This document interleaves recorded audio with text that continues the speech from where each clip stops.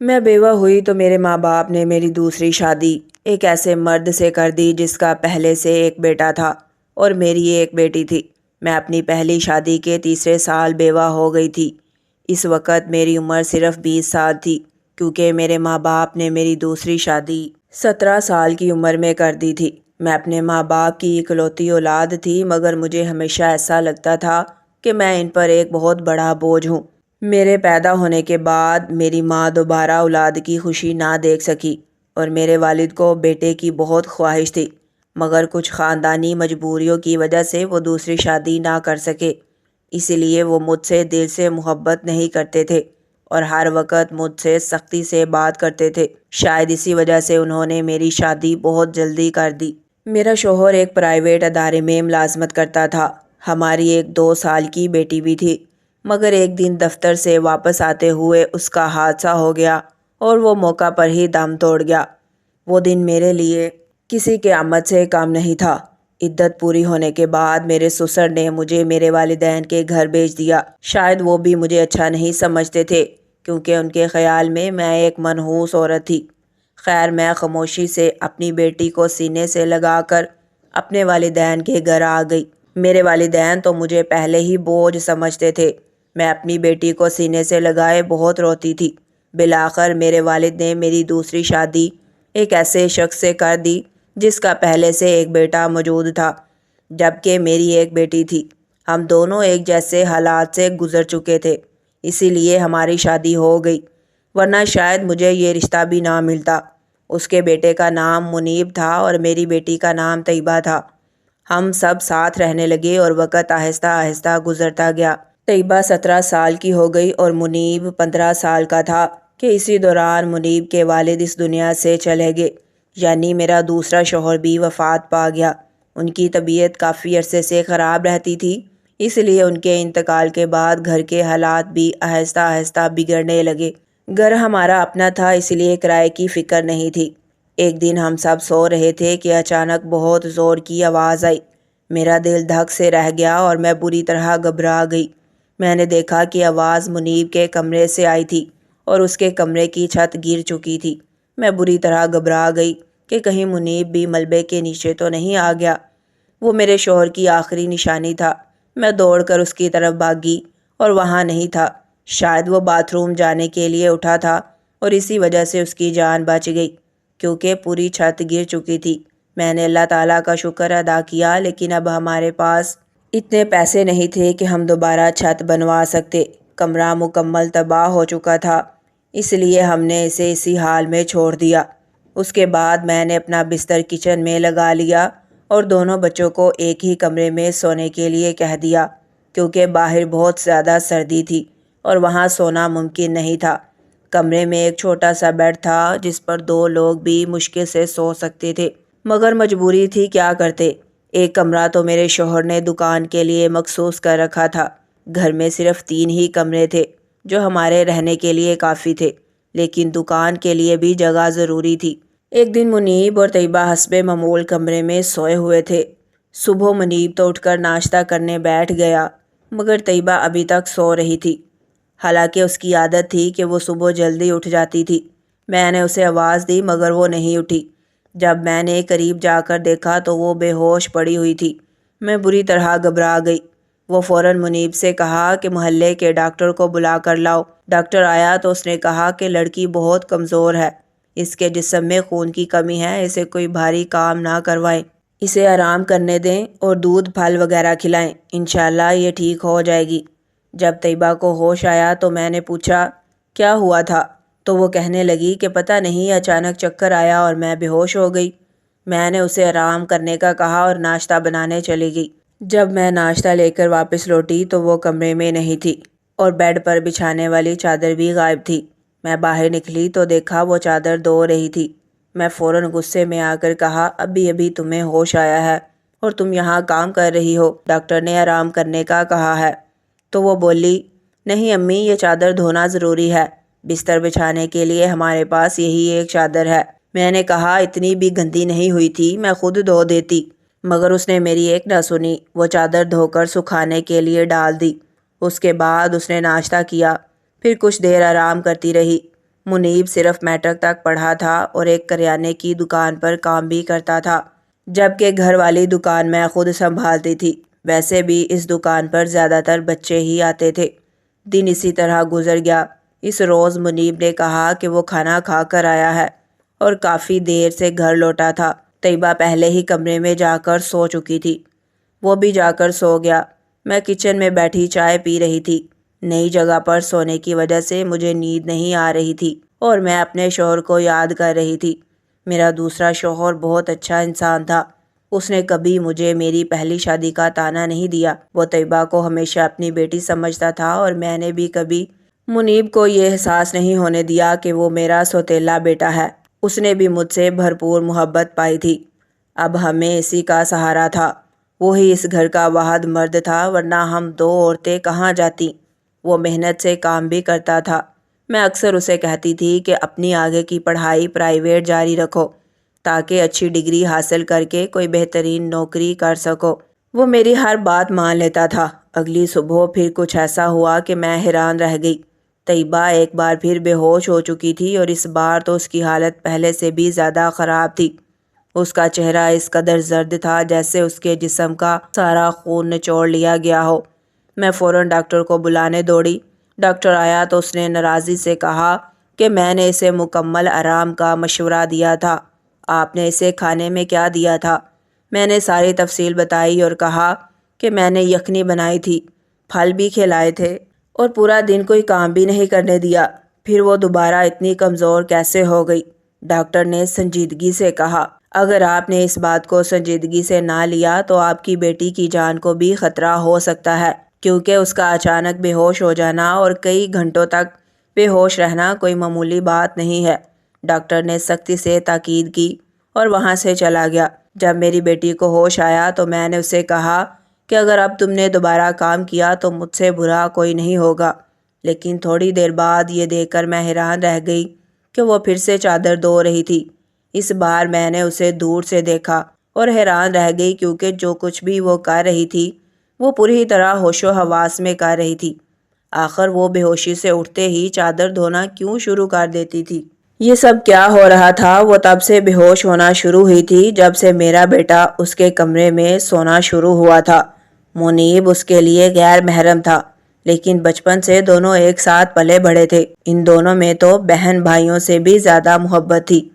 پھر آخر ایسا کیا ہو رہا تھا کہ میری بیٹی کی طبیعت دن بدن خراب ہوتی جا رہی تھی؟ وہ ایک جوان لڑکی تھی، ابھی تو اس کی شادی بھی نہیں ہوئی تھی۔ جوانی میں تو بہت طاقت ہوتی ہے۔ عورت عموماً کمزور تب ہوتی ہے جب وہ بچے پیدا کرتی ہے، لیکن ایک جوان لڑکی کا اس طرح بار بار بے ہوش ہونا کوئی معمولی بات نہیں تھی۔ اس نے چادر دھو کر تار پر پھیلا دی اور بار بار ادھر ادھر دیکھ رہی تھی، جیسے اسے ڈر ہو کہ کہیں میں نے اسے دیکھ تو نہیں لیا۔ میں کچن میں کھڑی سب کچھ دیکھ رہی تھی، لیکن میں نے اسے ظاہر نہیں کیا۔ وہ واپس جا کر بستر پر لیٹ گئی اور اوپر والی چادر اوڑھ لی تاکہ مجھے یہ معلوم نہ ہو سکے کہ نیچے والی چادر موجود ہے یا نہیں۔ میں نے اسے ناشتہ کروایا اور دوائی بھی دی۔ ہماری دکان اچھی نہیں چل رہی تھی۔ وہاں کوئی بڑا گاہک نہیں آتا تھا، صرف بچے گولیاں اور ٹافیاں خریدنے آتے تھے جو 5-10 روپے دے کر چلے جاتے تھے۔ اسی طرح گزارا کرنا بہت مشکل تھا۔ میں بہت پریشان رہتی تھی، لیکن اپنے بچوں کو کچھ نہیں بتاتی تھی، خاص طور پر منیب کو، کیونکہ وہ پہلے ہی نوکری کر رہا تھا۔ اگر میں اسے گھر کی پریشانی بھی بتا دیتی تو وہ اور زیادہ فکر مند ہو جاتا، لیکن میں اندر ہی اندر گل رہی تھی۔ اوپر سے ڈاکٹر نے کہا تھا کہ بیٹی کو اچھی غذا دو، مگر گھر میں تو دال روٹی کے پیسے بھی مشکل سے پورے ہوتے تھے۔ ایک دن کچھ ایسا ہوا جس نے مجھے اور زیادہ الجھن میں ڈال دیا۔ میں نے اپنے بیٹے اور بیٹی کو آپس میں ایسی باتیں کرتے سنا جن کی مجھے بالکل بھی سمجھ نہیں آئی۔ میری بیٹی کہہ رہی تھی، تم نے تو ابھی سے اپنی طبیعت خراب کر لی ہے، اس طرح تو نہیں چلے گا۔ اگر تمہیں اتنا مسئلہ ہو رہا ہے تو پھر ہم یہ سب نہیں کر سکتے۔ منیب نے جواب دیا، نہیں، مجھے یہ کام کرنا ہے۔ ایسے مواقع بار بار نہیں ملتے، اور مجھے کیا معلوم تھا کہ میرے ساتھ یہ سب کچھ ہو جائے گا۔ مجھے تو اندازہ ہی نہیں تھا کہ میرے اندر اتنی بھی ہمت نہیں۔ پھر منیب نے کہا، اب تو تمہیں پتہ چل گیا نا، ہم تمہاری زندگی کو خطرے میں نہیں ڈال سکتے۔ طیبہ نے جواب دیا، نہیں، صرف 2-4 ہفتوں کی تو بات ہے، اس کے بعد یہ موقع دوبارہ نہیں ملے گا۔ ان کی باتیں سن کر میں حیران رہ گئی۔ آخر یہ سب کیا ہو رہا تھا؟ ایک دن تو میں اور بھی زیادہ حیران رہ گئی۔ صبح سویرے طیبہ نے اپنی چادر دھو کر دیوار پر ڈال رکھی تھی اور ایک طرف کھڑی ہو کر کیا کر رہی تھی۔ میں فوراً اس کے پاس گئی اور پوچھا کیا ہوا ہے؟ وہ کہنے لگی امی اچانک طبیعت خراب ہو گئی ہے۔ میں نے کہا اس کا کیا مطلب ہے؟ تمہاری طبیعت بار بار کیوں خراب ہو رہی ہے اور تم ہر بار چادر کیوں دھوتی ہو؟ آخر مجھ سے کیا چھپا رہی ہو؟ اگر مجھے معلوم ہو گیا کہ تم نے کوئی ایسا کام کیا ہے جس سے ہماری عزت خطرے میں پڑ گئی تو میں تمہیں کبھی معاف نہیں کروں گی۔ میری بات سن کر وہ حیران رہ گئی۔ اس نے کہا امی آپ کیسی باتیں کر رہی ہیں؟ لگتا ہے آپ نے کوئی فلم یا ڈرامہ دیکھ لیا ہے یا کسی نے آپ کے کان بھر دیے ہیں، ورنہ آپ ایسی باتیں کبھی نہیں کرتی۔ میں ایسا کیوں کروں گی؟ اور اگر میں نے چادر دھو دی تو اس میں کیا بات ہے؟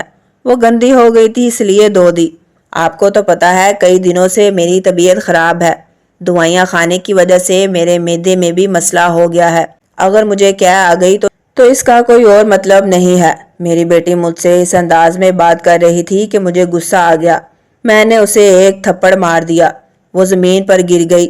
اتنے میں منیب بھی وہاں آ گیا۔ اس نے حیرانی سے کہا امی آپ یہ کیا کر رہی ہیں؟ آپ نے اس پر ہاتھ کیوں اٹھایا؟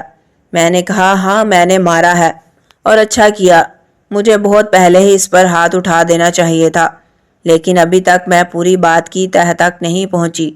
جس دن مجھے تم دونوں کے بارے میں سب کچھ پتہ چل گیا اس دن دیکھنا پھر کیا ہوتا ہے۔ حالانکہ حقیقت یہ تھی کہ مجھے کچھ بھی معلوم نہیں تھا۔ میرے دل میں جو شک کے بیج پیدا ہو چکے تھے، میں نے غصے میں آ کر وہ سب کچھ کہہ دیا جو مجھے نہیں کہنا چاہیے تھا۔ رات کو اچانک میری آنکھ کھلی تو میں نے دیکھا کہ بچوں کے کمرے کی لائٹ جل رہی تھی۔ میں حیران رہ گئی کیونکہ اس وقت انہیں سو جانا چاہیے تھا۔ شام کو تو وہ خود کہہ رہے تھے کہ آج جلدی سو جائیں گے۔ میں آہستہ آہستہ ان کے کمرے کے قریب گئی تو پتہ چلا کہ وہ دونوں نہ صرف جاگ رہے تھے بلکہ آپس میں باتیں بھی کر رہے تھے اور کسی بات پر بہت خوش دکھائی دے رہے تھے۔ منیب کہہ رہا تھا تم بہت خوش قسمت ہو۔ طیبہ نے جواب دیا ہاں خوش قسمت تو ہوں، لیکن کل پھر میری طبیعت خراب ہو جائے گی۔ امی کو پریشان دیکھ کر اچھا نہیں لگتا، آخر کب تک ان سے جھوٹ بولتے رہیں گے؟ منیب نے کہا بس چند دن اور پھر سب کچھ ٹھیک ہو جائے گا۔ ان کی باتیں سن کر میں اور زیادہ پریشان ہو گئی۔ اس بار مجھ سے رہا نہ گیا۔ میں نے دروازہ کھولنے کی کوشش کی تو حیران رہ گئی، دروازہ اندر سے بند تھا۔ آخر اسے بند کرنے کی کیا ضرورت تھی؟ موسم بھی بدل رہا تھا اور دروازہ کھول کر سونا زیادہ بہتر تھا۔ میں نے بار بار دروازہ کھٹکھٹایا لیکن حیرت کی بات یہ تھی کہ انہوں نے دروازہ کھولنے میں تقریباً آدھا گھنٹہ لگا دیا اور دونوں ایسے بیٹھے تھے جیسے ابھی ابھی نیند سے جاگے ہوں۔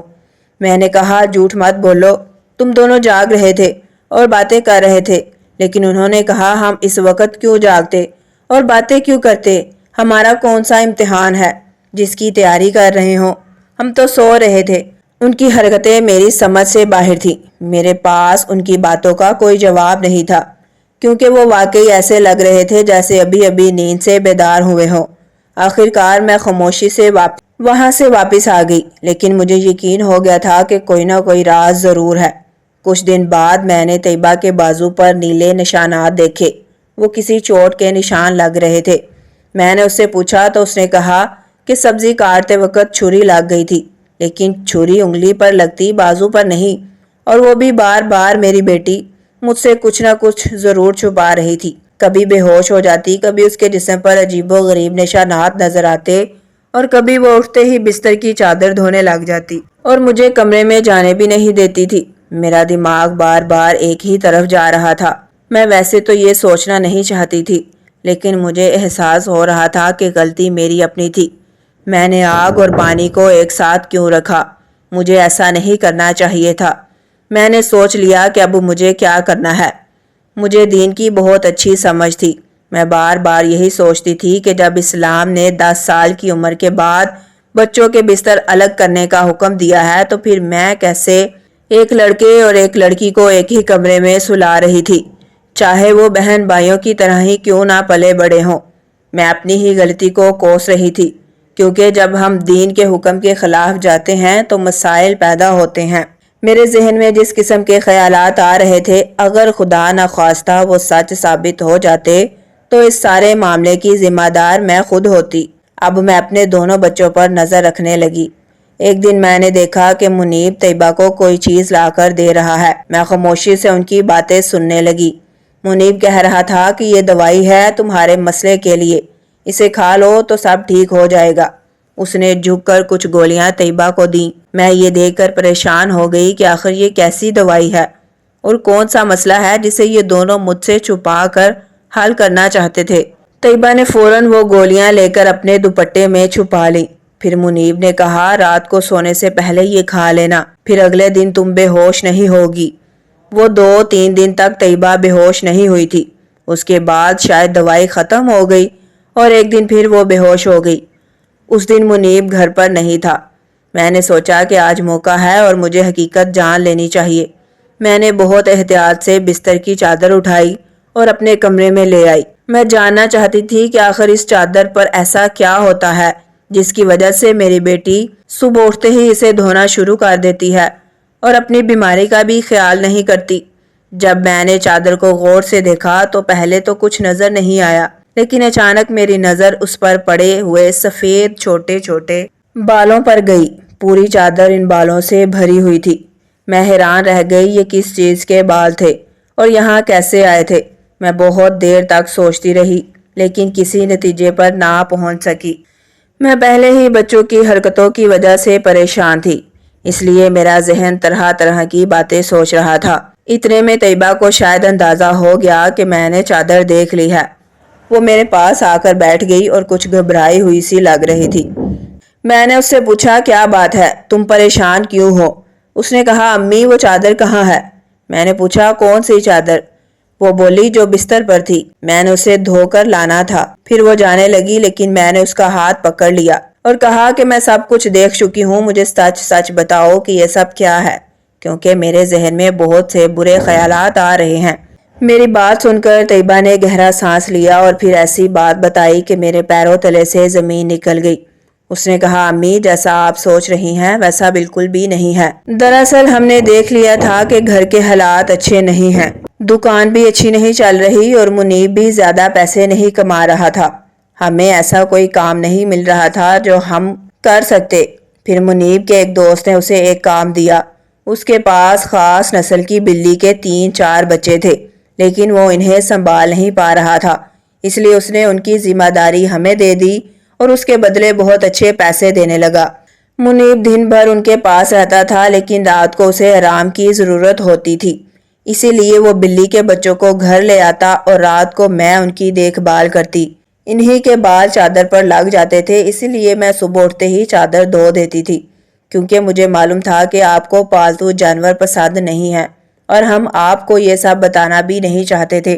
بعد میں مجھے پتا چلا کہ مجھے ان بلیوں سے الرجی ہے، اسی وجہ سے میری طبیعت خراب ہو جاتی تھی اور میں بے ہوش ہو جاتی تھی۔ منیب جو دوائی لایا تھا وہ بھی اسی الرجی کے لیے تھی تاکہ میری حالت بہتر ہو سکے۔ امی منیب کا دوست بہت امیر آدمی ہے اور اس کام کے لیے ہمیں بہت اچھے خاصے پیسے دے رہا تھا۔ وہ روزانہ 5,000 روپے دیتا تھا اور آج ان بلی کے بچوں کا ہمارے گھر آخری دن تھا کیونکہ انہیں دوسرے شہر لے جانا تھا۔ ہم نے اتنے پیسے جمع کر لیے تھے کہ اپنے کمرے کی چھت بھی بنوا سکتے ہیں اور گھر کا راشن بھی خرید سکتے ہیں۔ ہمیں معلوم تھا کہ آپ کو پالتو جانور پسند نہیں ہیں، اس لیے ہم آپ کو یہ بات نہیں بتانا چاہتے تھے، لیکن آپ نے تو نہ جانے ہمارے بارے میں کیا کچھ سوچ لیا۔ آپ نے ہم پر اتنا شک کیا۔ اس دن آپ کی باتیں ہمارے دلوں میں تیر کی طرح لگی۔ امی میں جانتی ہوں کہ منیب میرا سوتیلا بھائی ہے لیکن وہ میرے سگے بھائیوں سے بھی بڑھ کر ہے۔ اس نے ہمیشہ میری بھلائی ہی سوچی ہے۔ اس کا اپنا باپ اس دنیا میں نہیں ہے اور اس کے اپنے رشتہ دار بھی ہیں جو ہم سے کہیں زیادہ امیر ہیں۔ وہ چاہتا تو ان کے ساتھ جا کر رہ سکتا تھا لیکن اس نے ہمیشہ ہمارا ساتھ دیا کیونکہ وہ مجھے اکیلا نہیں چھوڑنا چاہتا تھا۔ اس نے ہمیشہ مجھے اپنی بہن سمجھا، کبھی میرے ساتھ کوئی غلط بات نہیں کی۔ وہ ہمارے لیے دن رات محنت کرتا رہا اور میں صرف اس کی مدد کر رہی تھی۔ یہ سب سن کر مجھے بہت افسوس ہوا کیونکہ میں نے واقعی بہت غلط سوچ لیا تھا، ایسی بات سوچ لی تھی جو مجھے کبھی نہیں سوچنی چاہیے تھی۔ ہم نے منیب کو یہ نہیں بتایا کہ مجھے ساری حقیقت معلوم ہو چکی ہے اور طیبہ نے بھی اسے کچھ نہیں بتایا۔ کیونکہ یہ کام اب ختم ہو چکا تھا اور میں اس کی نظروں میں مزید شرمندہ نہیں ہونا چاہتی تھی۔ بعد میں منیب نے کمرے کی چھت بنوا دی اور ہمارا گھر پہلے سے بہتر ہو گیا۔ آہستہ آہستہ ہم سب نے بہت محنت کی۔ طیبہ نے بھی گھر میں بچوں کو ٹیوشن پڑھانا شروع کر دیا۔ یوں ہمارے حالات بہتر ہونے لگے اور پھر ایک وقت ایسا آیا کہ گھر میں کوئی تنگی باقی نہ رہی۔ زندگی نے میرے ساتھ بہت سختی کی، لیکن اللہ تعالیٰ نے مجھے نیک اولاد دے کر ان سب کا صلہ بھی دیا، چاہے وہ اولاد میری اپنی تھی یا سوتیلی۔ میرے دونوں بچے ماشاءاللہ بہت نیک، محنتی اور ذمہ دار ہیں۔ انہیں احساس ہے کہ ان کے سر پر باپ کا سایہ نہیں ہے، اس لیے انہیں محنت کرنی ہے اور ہاتھ پر ہاتھ رکھ کر نہیں بیٹھنا۔ یہ بہت بڑی نعمت ہے۔ میں اللہ تعالیٰ کا شکر ادا کرتی ہوں کہ سب کچھ ٹھیک ہو گیا اور وہ سب کچھ نہیں ہوا جو میں اپنے ذہن میں سوچ رہی تھی۔ لیکن میں آج بھی یہی کہتی ہوں کہ ہمیں ہمیشہ اللہ کے حکم کو مقدم رکھنا چاہیے۔ میرے بچے سمجھدار تھے اور ان کے دلوں میں کوئی غلط بات نہیں تھی، لیکن پھر بھی میں ہر ماں کو یہی نصیحت کروں گی کہ اس معاملے میں بہت احتیاط کرے اور وہ غلطی نہ کرے جو میں نے کی تھی۔ مجھے دونوں کو ایک ہی کمرے میں نہیں رکھنا چاہیے تھا، کیونکہ جو بات نہ ہوئی ہو وہ ہو بھی سکتی ہے، اور اگر ایسا ہو جاتا ہے تو سب کچھ تباہ و برباد ہو جاتا ہے۔ ہمیں سب سے پہلے اپنے رب کے حکم کو سامنے رکھنا چاہیے، اور رب کا حکم یہی ہے کہ جب بچے 10 سال کی عمر کو پہنچ جائیں تو ان کے بستر الگ کر دیے جائیں، اور اگر یہ حکم دیا گیا ہے تو یقیناً اس کے پیچھے کوئی نہ کوئی بڑی حکمت اور مصلحت بھی موجود ہے۔ کہانی پسند آئے تو لائک، شیئر اور سبسکرائب ضرور کریں۔ شکریہ۔ اللہ حافظ۔